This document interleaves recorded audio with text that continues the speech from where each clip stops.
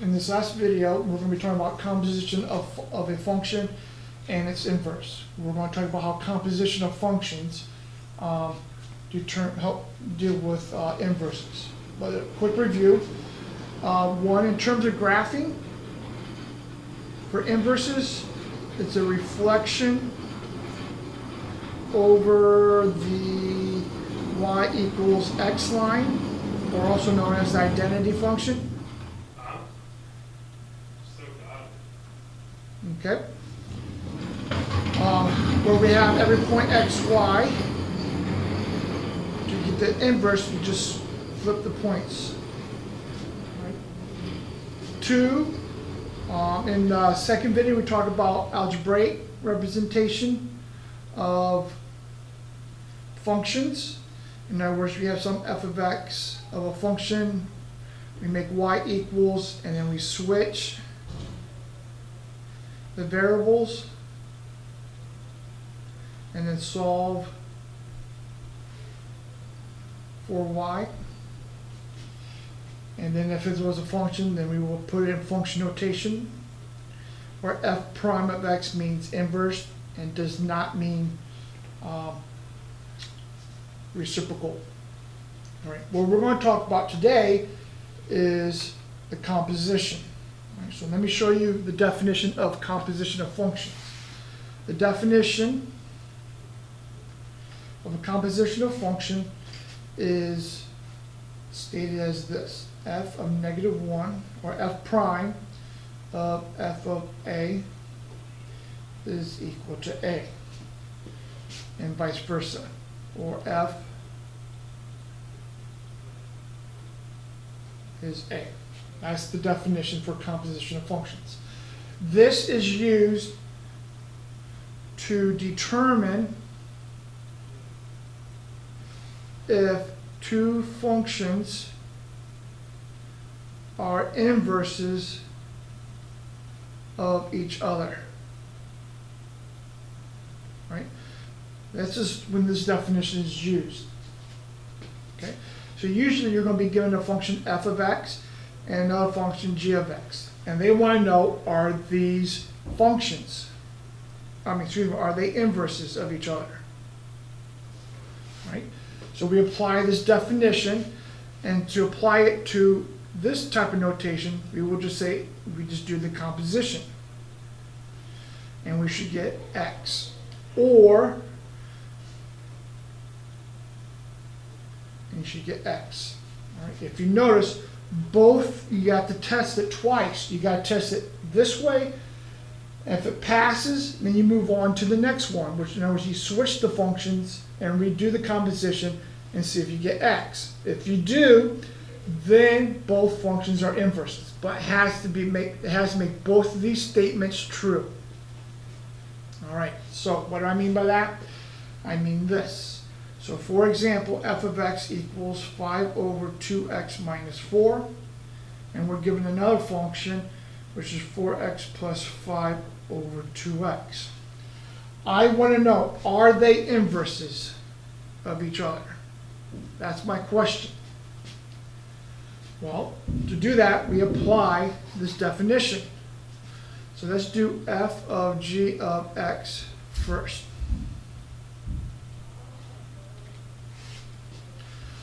All right, my goal is when I simplify it, I should just get 1x. That's it. All right, so first of all, I have function. Well, g of x is inside, so I'm going to take this and put it right here. All right. Now I'm going to take this function, g of x, now I'm going to plug it into this function. So what that means in this function f, all right, I took out the x here and put parentheses. What that means is I'm going to take all of this and I'm going to put it in right here. All right, and now I just simplify. All right, so I got 5 all over. Now if I multiply, the 2's cancel. So I'm left with 4x plus 5 over x minus 4.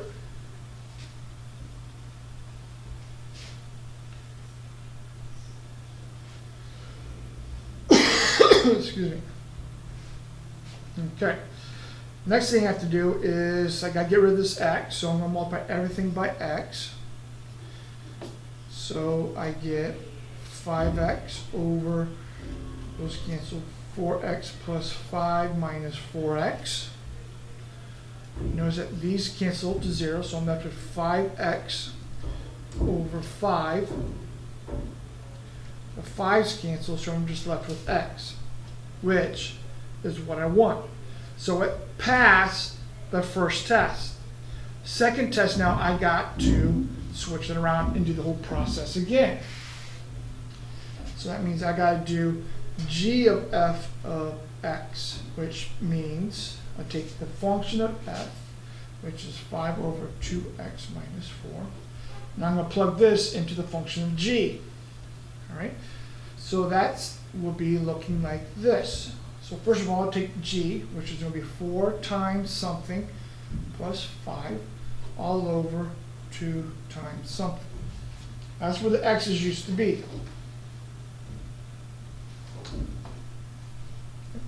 Now I'm going to take all of this, plug it into here and here. So this becomes 5, 2x minus 4, and this will be 5 over 2x minus 4. And now we simplify. So at the top, I'm going to multiply. Let's see here. Oh. Excuse me. All right, so multiply. So I get, up here I get 20 over 2x minus 4 plus 5 over 10 over 2x minus 4. Now if I look in this fraction right here, all three parts are divisible by 2, so I'm going to go ahead and do that. So that'll be 10 over x minus 2, that's plus 5. Same thing here. So this will be 5 all over x minus 4. All right. Now I got to get rid of these fractions. So what I have to do here is I got to multiply by the common denominator. Well, if you notice, these two right here are my fractions, and they're within this big fraction. So that means I have to get rid of these fractions. In order to do that, I got to multiply everything by those two.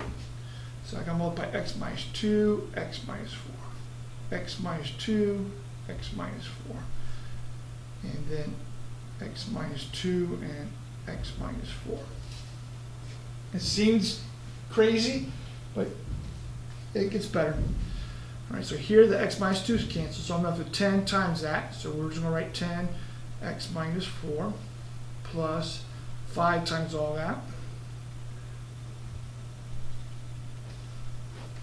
X minus 4 is canceled, so you're left with 5 over x minus 2.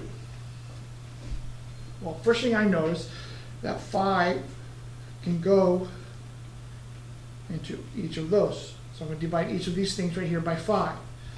So this becomes 2x minus 4 plus x minus 2, x minus 4, and this is x minus 2. Okay, so now I'm just going to multiply it out. So I get 2x minus 8 plus, here FOIL, be x squared minus 4x minus 2x plus 8 all over x minus 2. So 2x, those cancel, 8 and 8, those cancel, so I'm left with x squared minus 4x over x minus 2. Here I can factor on x, so I get x minus 4 over x minus 2. All right. That's as far as I can go. You notice this right, these do not cancel out, so therefore, since this does not equal to x, it failed. This test failed. So therefore,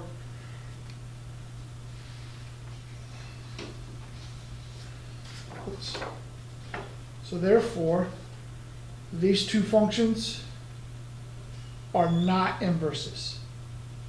So these two are not inverses.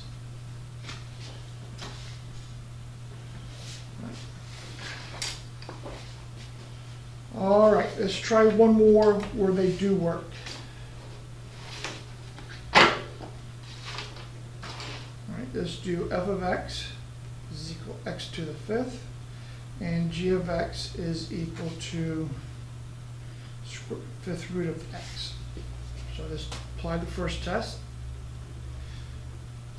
All right, so that means I'm going to put this to the fifth, so that means the fifth root here. Well, you got fifth root to the fifth power, that means they cancel, so I'm left with x. So it passed the first test. So now let's switch it. So I got fifth root, I'm going to plug in x to the fifth.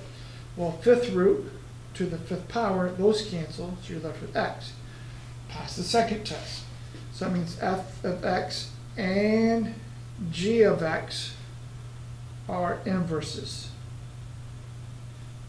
of each other.